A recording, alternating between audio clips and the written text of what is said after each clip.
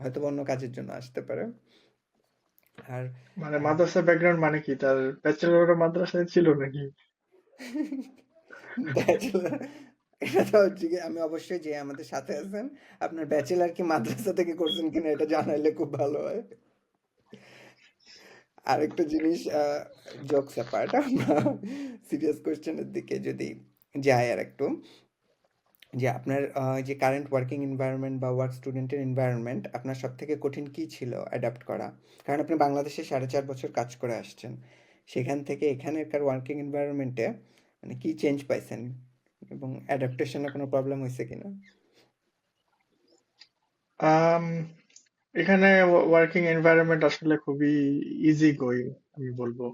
বাংলাদেশের তুলনায় আহ, বাংলাদেশে, আমি বাংলাদেশে বলবো না খারাপ, বাংলাদেশেও কিন্তু ওয়ার্ক লাইফ লাইফ ব্যালেন্স ভালো মোটামুটি। এরকম না যে তোমার দিনরাত 24 ঘন্টা। এটা কারণ অ্যাটলিস্ট আমি আমি যে কোম্পানিতে ছিলাম, আমার কখনো এরকম হয়নি যে ডেইলি 10 ঘন্টা কাজ করতে হইতেছে বা সামথিং। তো আমার 8 ঘন্টা কাজ করতে হইতো। এবং আমার এরকম না যে অনেক প্রেশার ছিল বাংলাদেশে, হয়তো আমি অনেক লাকি ছিলাম, বাট আমি জানি যে অনেকের ক্ষেত্রে এরকম ছিল না। কিন্তু আহ, জার্মানিতে অবশ্যই সিচুয়েশন অনেক ডিফারেন্ট। এখানে হইতেছে অনেক ইজি গোয়িং। এবং এখানে যদি সমস্যার কথা বলি, এখানে হচ্ছে ওরা এক্সপেক্ট করে যে তুমি সবকিছু নিজে নিজে করে নিবা, এবং তুমি খুব একটা হেল্প আশা নিবা না ওদের কাছ থেকে। ওরা এক্সপেক্ট হুম, করে যে তুমি ইন্ডিপেন্ডেন্ট। ওরা চায় যে তুমি ইন্ডিপেন্ডেন্টলি সবকিছু করো। এবং ওরা জাস্ট তোমাকে একটা কাজ দিয়ে বসে বসে থাকবে মাসের পর মাস, উইকের পর উইক। এবং তুমি কোনো খুব একটা ফিডব্যাক পাবা না যে এটা কিভাবে করা যায়, হ্যান ত্যান। খুবই মিনিমাম ফিডব্যাক নিয়ে তোমার কাজ করতে হবে। তো এটা একটু বাংলাদেশের তুলনায় ডিফারেন্ট। এবং এটা আবার একটা সুবিধাও আছে, সেটা হচ্ছে তুমি যখন ইন্ডিপেন্ডেন্ট কাজ করো তখন তুমি তোমার নিজের মতো করে কিন্তু জিনিসটা সাজাইতে পারো। এবং তোমার যে ক্রিয়েটিভিটি আছে এটা পুরোটা শো শো করতে পারো। এবং যে ওরা যখন ইন্ডিপেন্ডেন্সটা দেয়, ওরা কিন্তু আবার এটার পরে আবার এটা নিয়ে ইয়া করে না, ক্রিটিসাইজ করে না যে আমি তো চাইছিলাম এরকম, তুমি আবার এটা ফলো করো না, ওইটা ফলো করো না। কারণ ওরা এক্সপেক্ট করে যে যখন তোমাকে সেই ইন্ডিপেন্ডেন্সটা দেওয়া হয়েছে তখন তুমি ইন্ডিপেন্ডেন্টলি তোমার মতো করে সবকিছু করবো। হুম, তো আমি যখন আমার স্টুডেন্ট ওয়ার্কের ফার্স্ট টাস্কটা করি, পুরোটাই আমি আমার মতো করে করছি। এবং আমি যখন বলছি যে আমি এইটা আমি ফলো করতে চাইতেছি না, আমি এটা একটু ডিফারেন্টলি করতে চাইতেছি, ওরা এই জিনিসগুলোতে কোনো সমস্যা দেয় নাই আর কি। সবকিছু এগ্রি করছে। তো আচ্ছা। বাংলাদেশে হয়তো অনেক সময় বলে না, মাইক্রো ম্যানেজমেন্ট একটা ব্যাপার থাকে, যে হয়তো তোমার ঘাড়ের উপর সবসময় হয়তো কেউ একটু তোমাকে ইনস্ট্রাকশন দেওয়ার চেষ্টা করবে যে এইভাবে করো না, ওইভাবে করো, ওইভাবে করো না। কিন্তু এখানে এই জিনিসগুলো একটু কম আর কি, মাইক্রো ম্যানেজমেন্ট জিনিসটা একটু কম। এটা আমার মনে হয় এটা একটা পজিটিভ সাইড এখানকার ওয়ার্কিং প্লেসে। কিন্তু আমার ক্ষেত্রে জিনিসটা যেটা হয়েছে এটার জন্য আমি হচ্ছে কাইন্ড অফ আরও বেশি স্ট্রেস ফিল করতেছি। কারণ আমাকে এখন ইন্ডিপেন্ডেন্ট ওয়ার্কিং এনভায়রনমেন্টে ছেড়ে দিছে। এখন আমি এর আগ পর্যন্ত যতদিন কাজ করছি আমি ডিরেক্ট সুপারভিশনে কাজ করছি। ইন্ডিপেন্ডেন্ট হঠাৎ করে আমাকে এখন বানায় দিলে আমার প্রোডাক্টিভিটি তো অনেক লো হয়ে যাবে, এটাই স্বাভাবিক। এটা এটা আমার আসলে আহ, চিন্তা করতে তোমার হবে। একটু যেটা করতে হবে একটু মানে সেলফ স্টাডি করতে হবে, এবং জিনিসটা কিভাবে ভালো করে সাজায় নেওয়া যায় একটা অর্গানাইজেশনের মধ্যে আসতে হবে। তাহলে হয়তো তুমি ভালো প্রোগ্রেস করতে পারবা। হয়তো বা সেলফ স্টাডিটাতে আমার আরো ফোকাস করা উচিত। এবং হ্যাঁ। যেহেতু আপনার ওয়ার্ক ওয়ার্ক এনভায়রনমেন্টটা ডিফারেন্ট ছিল এখানে, এবং সব কিছু আপনি এখানে ডিফারেন্ট পাইছেন এখানে এসে, একটা কালচারও ডিফারেন্ট, কালচারাল একটা ডিফারেন্স ছিল বাংলাদেশ থেকে জার্মানি আসার পরে। আপনি কি এমন একটা দুইটা কালচারাল ডিফারেন্স আইডেন্টিফাই করতে পারবেন? আহ, যেমন সবচেয়ে অবভিয়াস হচ্ছে যে এখানে সবাই খুব পাঞ্চুয়াল। এবং সবাই টাইমলি সব কিছু করার চেষ্টা করে। কোনো মিটিং থাকলে সবাই 10 মিনিট আগে সেখানে গিয়ে বসে থাকবে। হুম, এবং ট্রান্সপোর্ট পাংচুয়াল মোটামুটি, বাট সবসময় না। তুমি জানো যে ট্রেন এখন ডিলে হওয়াটা খুবই নর্মাল হয়ে গেছে। এখন বাট তারপরেও অ্যাটলিস্ট ওরা চেষ্টা করে যে মোটামুটি টাইম মেনটেন করার। তো এটা অনেক বড় একটা ডিফারেন্স। এবং আমার কলিগদের কথা যদি বলি, তারা সবসময় টাইমলি সবকিছু করার চেষ্টা করে। ওরা খুব সকালে অফিস শুরু করে, 7টা 8টার মধ্যে সবাই চলে আসে অফিসে। এবং ওদের অফিস ক্লোজ হয় ধরো 4টা। বিকাল 4টা, কেউ কেউ 3টার মধ্যে চলে যায় বাসায়। আবার আমি এরকম অনেকেও দেখছি যে 6টার সময় অফিসে এসে বসে থাকে, এরকম লোকও আছে। তো এ, ওরা আর কি মেশিনের মতো কাজ করে জার্মানরা।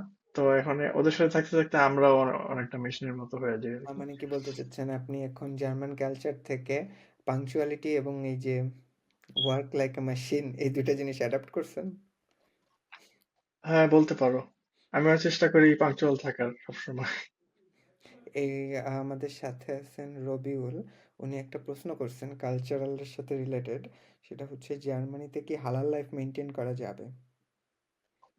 হ্যাঁ, আমার কাছে মনে হয় জার্মানিতে এটা খুবই ইজি, কারণ হচ্ছে এখানে অনেক টার্কিশ মানুষজন থাকে, এবং তারা এখানে টার্কিশ শপ, আহ, অনেক টার্কিশ শপ আছে এবং এগুলাতে সবসময় হালাল মাংস পাওয়া যায়। সো আমার মনে হয় জার্মানিতে এটা সম্ভব, বাট এটা অবশ্যই একটু ডিফার করে যে কোন শহরে আছে। হয়তো অনেক ছোট শহরে হয়তো একটু ডিফিকাল্ট হবে, হুম, হুম। But most of the big সিটিজে কোনো সমস্যা হবে না।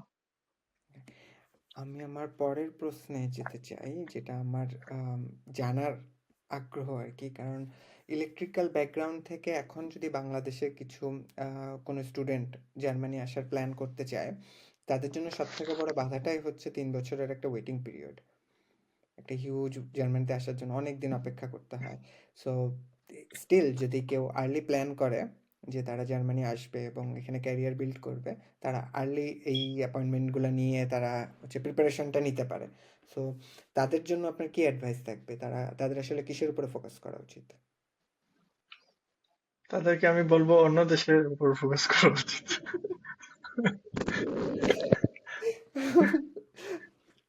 ভেরি শর্ট আনসার, বাট ওকে।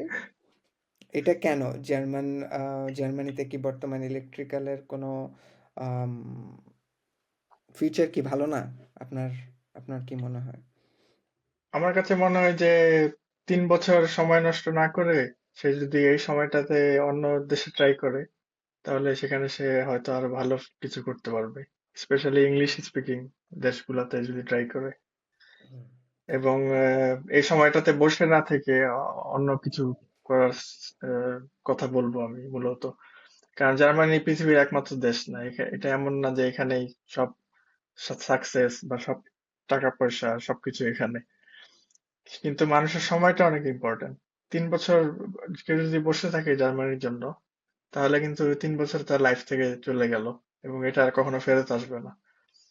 তো আমার কাছে মনে হয় যে একজন মানুষের বা একজন স্টুডেন্টের বা একজন প্রফেশনাল লোকের সবসময় কয়েকটা অপশন ওপেন রাখা উচিত এবং কয়েক দিকে ট্রাই করা উচিত। কারণ কেউ জানে না যে তার কোথায় ডেস্টিনি, তার কোথায় ভালো সফলতা আছে, কেউ জানে না। ওকে। আর যারা অলরেডি জার্মানি চলে আসছে, হুম? তাদের জন্য কি বলবেন? এবং যারা ইলেকট্রিক্যাল ফিল্ডেই মানে আছে এখনো, তাদের জন্য কি সাজেশন আপনার? অন্য দেশে চলে যাবো। Just kidding. সো আমার কাছে মনে হয় যে যারা ইলেকট্রিক্যাল ফিল্ডে আছে, আমি বলবো যে তাদের তাদের কয়েকটা ডোমেইন সিলেক্ট করা, যে সে কোন ডোমেইনে জব করতে চায়।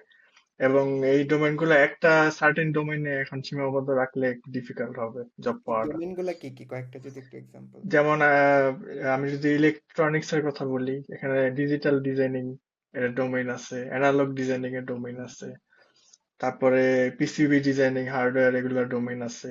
আবার তোমার এমবেডেড সিস্টেম আছে, যেটা হচ্ছে অনেকটা সফটওয়্যার এবং হার্ডওয়্যারের কম্বিনেশন। ওকে। তারপরে মূলত জার্মানির মতো একটা দেশে আসার পরে মানুষের কিন্তু পুরা সবকিছুই ওপেন, এবং এখন কিন্তু যে যে কোনো ফিল্ডে কাজ করতে পারে। তো আমি বলবো যে বিভিন্ন ছোটখাটো প্রজেক্ট করা, তার যেসব জিনিসে ইন্টারেস্ট আছে এবং তার সিভিটা একটু ভারী করার চেষ্টা করা, কিছু সেলফ লার্নিং করা, সেলফ প্রজেক্ট করা, এবং এগুলা তোমার গিটহাবের মতো জায়গায় রাখা, হাইলাইট করা যে আমি নিজে নিজে এই প্রজেক্ট গুলো করছি, বা আমি ইউনিভার্সিটির আন্ডারে একটা প্রজেক্ট করছি। ইউনিভার্সিটিতে গুলাতে কিন্তু বিভিন্ন প্রজেক্টের আয়োজন করে, বিভিন্ন কোম্পানিরা আসে। তারা যেমন আমার টিইউ হামবুর্গে ফিশিং ফর এক্সপিরিয়েন্স নামে একটা প্রজেক্ট আছে, যেখানে বিভিন্ন কোম্পানিরা এসে তারা বিভিন্ন প্রজেক্ট অফার করে। এবং স্টুডেন্টরা গ্রুপ হয়ে এইসব প্রজেক্ট গুলো করে এবং তারা শেষ করলে একটা সার্টিফিকেট পায় আর কি প্রজেক্ট। তো এগুলো করা উচিত এবং এগুলো করলে আস্তে আস্তে আহ তার ফিল্ডটা একটু ওয়াইড হবে, সে হয়তো কয়েক ধরনের জবে অ্যাপ্লাই করতে পারবে। মনে হয় অনেক ভালো ভালো বলছেন সাজেশন এটা। আরেকটা জিনিস সেটা হচ্ছে যদি কেউ আপনি তো ইন্ডাস্ট্রি লেভেল সাইডে জব করেন, যদি ট্রিপলি মানে ইলেকট্রিক্যাল ইঞ্জিনিয়ারিং বা এইসব ফিল্ড থেকে একাডেমিক ওয়ে লাইনে থাকার কি অপরচুনিটি আছে? অবশ্যই আছে। ইউনিভার্সিটি গুলাতে তোমার অনেক সময় তারা রিসার্চ অ্যাসিস্ট্যান্ট বা বিভিন্ন টিউটর এগুলোর জন্য অফার করে, তো এগুলো তারা করতে পারে। তারপরে মাস্টার শেষ করার পরে পিএইচডি এর অপশনও আছে। যখন পিএইচডি করবে তারা, তখন তারা কিন্তু প্রফেসরের আন্ডারে বিভিন্ন ল্যাব ক্লাস নিবে এবং বিভিন্ন টিচিং অ্যাসিস্ট্যান্ট হিসেবে থাকবে এবং স্টুডেন্টদের তারা টিউটর দিবে। তো এগুলো অনেক অপশন আছে। তো এগুলো আমার কাছে মনে হয় আহ, বরং আরো ভালো এখনকার সময়, কারণ ইউনিভার্সিটি গুলোতে অনেক রিসার্চ হচ্ছে এবং ভালো অপশন আছে আমার কাছে মনে হয়। ইউনিভার্সিটির বাইরে কারা কারা হচ্ছে এইসব ফিল্ডে মানুষ রিসার্চ করতেছে আর কি, লাইক ডিএলআর, ফ্রাউনহোফার, এরকম কোন কোন অর্গানাইজেশন আছে যারা কাজ করতেছে এই রিসার্চ রিলেটেড? আম, আমি যতদূর জানি যে সব আহ, মোটামুটি সব বড় কোম্পানিরই রিসার্চের একটা আলাদা একটা ফান্ডিং থাকে রিসার্চের জন্য, ওকে। আলাদা কিছু লোক থাকে। যেমন আমি যে যে কোম্পানিতে আছি এখানে কিন্তু আমি যে ওয়ার্ক স্টুডেন্ট হিসেবে জয়েন করছি, তারপর কিন্তু আমি আমার থিসিস কিন্তু কোম্পানির আন্ডারে করছি। সো এটা কিন্তু কোম্পানি ফান্ডেড রিসার্চ এক ধরনের বলতে পারো। তো এরকম কিন্তু বিভিন্ন এই কোম্পানিগুলো কিন্তু এরকম থিসিস বা প্রজেক্ট এগুলো ফান্ডিং করে এবং এগুলো কিন্তু শুধুমাত্র যে রিসার্চ বা তা না, এগুলোর জন্য কিন্তু তারা পেও করে। তো এই বড় বড় কোম্পানিগুলো কিন্তু এই ফান্ডিং গুলো করে, এরকম এনএক্সপি আছে যেটা আমার কোম্পানি, তারপরে ফ্রাউনহোফার আছে, তারা কিন্তু এই রিসার্চ গুলোর ফান্ডিং করে। ওকে। আমাদের কমেন্টে অনেকগুলা পার্সোনাল কোশ্চেন করা হয়েছে আপনাকে, তার মধ্যে একটা আমি আপনাকে হচ্ছে দেখাইতে চাই। সেটা হচ্ছে নুসরাত আপু কমেন্ট করছেন, বিয়ে করে জার্মানি আসতে কতদিন লাগবে এবং আপনি কি বিয়ে করছেন কিনা? আমি বলে দিচ্ছি উনি এখনো বিয়ে করেন নাই। এই ব্যাপারে আপনার কিছু বলার আছে কিনা? হ্যাঁ, আমি বিয়ে করি নাই। আর হচ্ছে বিয়ে করে জার্মানিতে আসতে কতদিন লাগবে এটা আহ, ঠিক জানি না আমি, কারণ এটা আসলে জার্মানিতে আসতে কতদিন লাগবে এটা মূলত ডিপেন্ড করে আপনার ভিসা তারা কতদিনে দেয় তার উপর। আপনি যদি ভিসা পেয়ে যান 3 মাসে, তাহলে 3 মাস লাগবে জার্মানিতে আসতে, বা যদি 1 বছর লাগে তাহলে 1 বছর লাগবে। আর এই আর কি। আমার মনে হয় নুসরাত আপুর প্রশ্নটা এদিকে ছিল যে আপনি আসলে বিয়ে কবে করবেন, আপনি অ্যাভেলেবেল আছেন কিনা, এই জাতীয় কোনো একটা প্রশ্ন ছিল। আমি অ্যাভেলেবল আছি। তো সে যদি ইন্টারেস্টেড হয় তাহলে সে চাইলে বায়োডাটা পাঠাইতে পারে আমাকে। ওকে। সে অবশ্যই এটা করবে। আরেকজন খুব ইন্টারেস্টিং একটা কোশ্চেন করছে, বাদল ভাই, জার্মানির জার্মানির ভার্সিটি ক্যাম্পাসে কি ছাত্র রাজনীতি করতে পারবে কিনা? না, ছাত্র রাজনীতি নাই, বাট এখানে একটা স্টুডেন্টদের কাউন্সিল আছে যেটাকে বলে আস্থা। হুম। তো এটা হচ্ছে একটা স্টুডেন্টের গ্রুপ, এখানে তারা স্টুডেন্টের বিভিন্ন দাবি দাওয়া নিয়ে কথা বলে থাকে, কাজ করে থাকে এবং স্টুডেন্টদের কোনো সমস্যা হলে এগুলা সলভ করার চেষ্টা করে, অ্যাকোমোডেশন বা অন্যান্য সমস্যা। ওকে, আপনি তো জার্মানিতে আছেন প্রায় তাহলে 6 বছর বা 7 বছর? 7 বছর হইল। 7 বছর হইলো। এই 7 বছরে আপনার সব থেকে রিওয়ার্ডিং পার্ট কোনটা ছিল? এই হোল জার্নিতে সব থেকে রিওয়ার্ডিং পয়েন্ট কোনটা ছিল?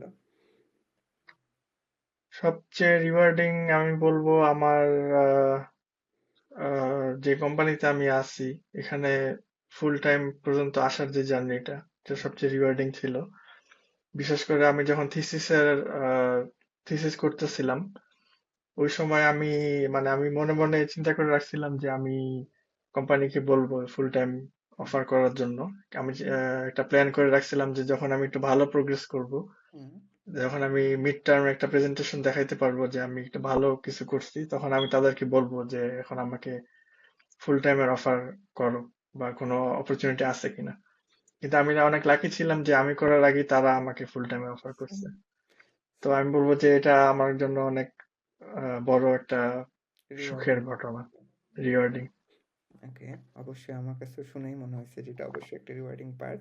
আরেকটা কোশ্চেন সেটা হচ্ছে যে আমরা সবাই জানি যে এই জার্নিটা আপনার একদমই সহজ ছিল না। ইন্ডিপেন্ডেন্টলি ওয়ার্ক,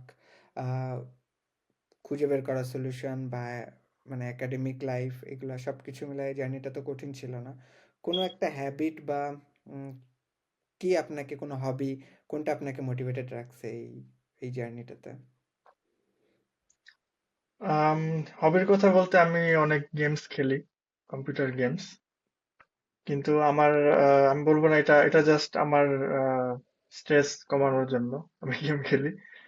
কিন্তু আমার আহ, আমি মোটিভেটেড থাকার চেষ্টা করছি।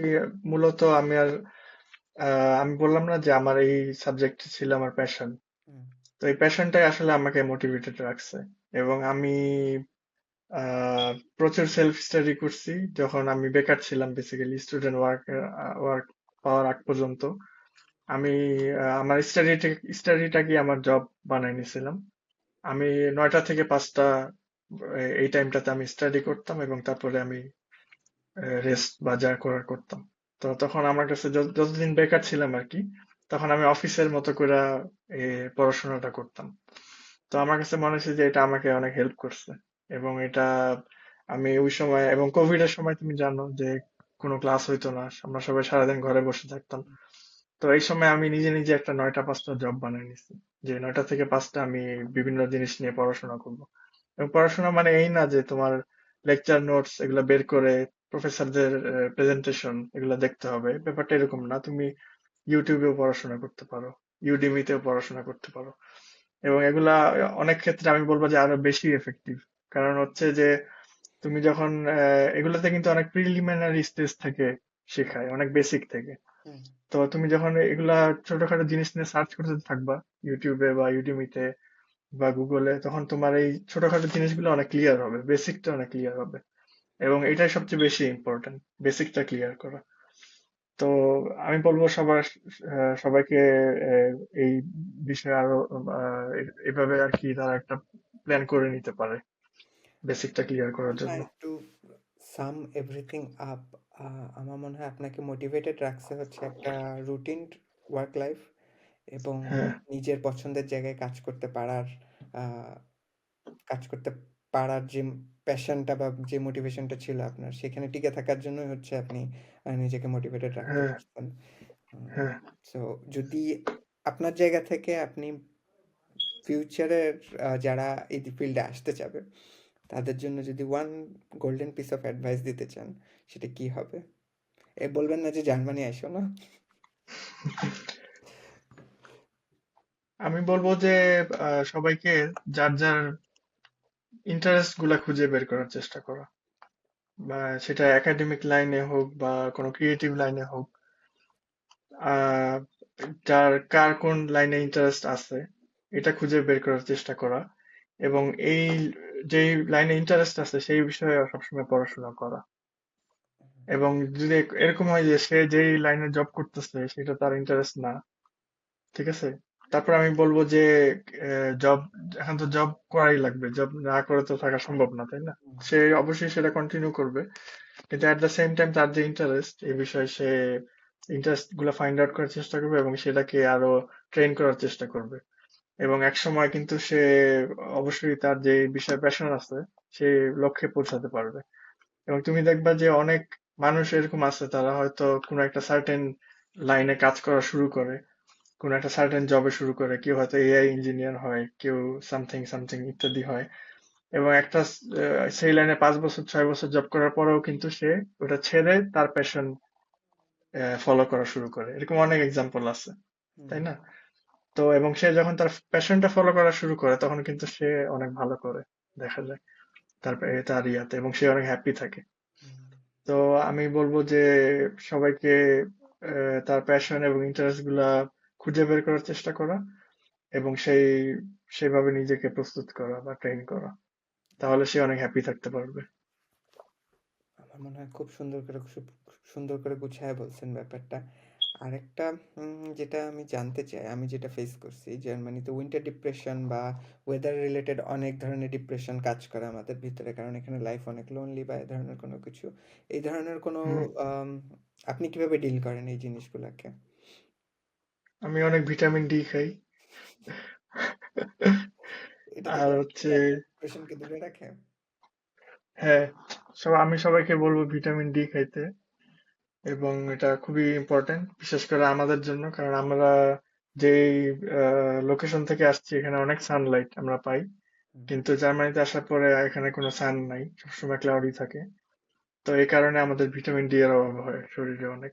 তো এটা দূর করার জন্য ভিটামিন ডি অবশ্যই সবার খাওয়া উচিত, একটা সার্টেন লিমিটের মধ্যে, অবশ্যই এমন না যে ঝালমুড়ির মতো ভিটামিন ডি খাবে, এরকম না। এবং অনেক সময় দেখা যায় যে জার্মানিতে আসার পরে কারো ডিপ্রেশন বা এই ধরনের সমস্যা হলে তারা যখন ডাক্তারের কাছে যায়, ডাক্তার কিন্তু কিছুই বের করতে পারে না যে আসলে তার কেন এই সমস্যাটা হচ্ছে। কারণ হচ্ছে ভিটামিন ডি এর অভাব যে একটা সমস্যা, এই সমস্যাটার সম্পর্কে তারা কিন্তু জানে না জার্মান ডাক্তাররা, এবং এটা খুবই, এমন না যে খুব কমন এখানে। তো তারা অনেক কিছু বলবে, তারা বলবে ইবুপ্রোফিন খাও, প্যারাসিটামল খাও, এসব বলবে। তারপরে ওয়ার্কআউট করো, যোগা করো, জগিং করো, এসব অনেক কিছু বলবে, কিন্তু কোনো লাভ হবে না। আমাকে ডাক্তার যেটা বলছিল সেটা হচ্ছে যে যখন তোমার বেশি খারাপ লাগবে ইবুপ্রোফিন খেয়ে একটা ভালো ঘুম দিয়ে সকালে এক্সারসাইজ করতে। And I was like, আমি কি বললাম, আমাকে কি সলিউশন দিল, কোনো কিছুর সাথে কোনো কিছু মিল নাই। আরেকটা ইন্টারেস্টিং লাস্ট কোয়েশ্চেন যেটা আমরা কমেন্ট থেকে নিব সেটা হচ্ছে, আমি জানি না, উনি মনে হয় কোনো ফেক নাম দিছে। উনি রাজীব কলেজে পড়েন এবং জার্মানি যেতে চায়, উনি কিভাবে পড়বে? আহ আসলে জার্মানিতে যাওয়ার জন্য উনি যদি ব্যাচেলর করতে চায় জার্মানিতে, তাহলে ওনার আহ, প্রথমত ইউনিভার্সিটি খুঁজে বের করতে হবে, কোন ইউনিভার্সিটিতে কোন কোর্স আছে, তারপরে উনি কোন কোর্সে পড়তে চায়, এবং ওই কোর্সের রিকোয়ারমেন্ট কি কি সেগুলো সে মিট করে কিনা, এবং মিট না করলে মিট করার জন্য তার কি কি করতে হবে সেগুলো করা উচিত। তো এরকম কিছু ইউনিভার্সিটি লিস্ট করতে হবে তার, যেগুলোতে তার ইন্টারেস্ট আছে, কিছু কোর্স লিস্ট করতে হবে যে কোর্স গুলোতে সে ইন্টারেস্টেড, তারপরে সেইগুলার রিকোয়ারমেন্ট ফুলফিল করতে হবে, তারপরে আস্তে আস্তে একটা একটা করে এগুলাতে অ্যাপ্লাই করতে হবে। অ্যাপ্লাই করার পরে সে হয়তো একটাতে অফার লেটার পাবে একটা থেকে, সেই অফার লেটারটা নিয়ে তারপরে ভিসার অ্যাপ্লাই করতে হবে, তারপরে যদি ভিসা পান তাহলে চলে আসতে পারবেন, কোনো সমস্যা নেই। ওকে। লাস্ট একটা প্রশ্ন আমি করতে চাই, আপনি যদি আপনার পছন্দের জায়গায় কাজ করতেছেন, যদি আপনাকে বলা হয় যে আপনি অন্য যে কোনো প্রফেশনে যেতে পারবেন এখন, হুম। আপনি কোনটা চুজ করবেন?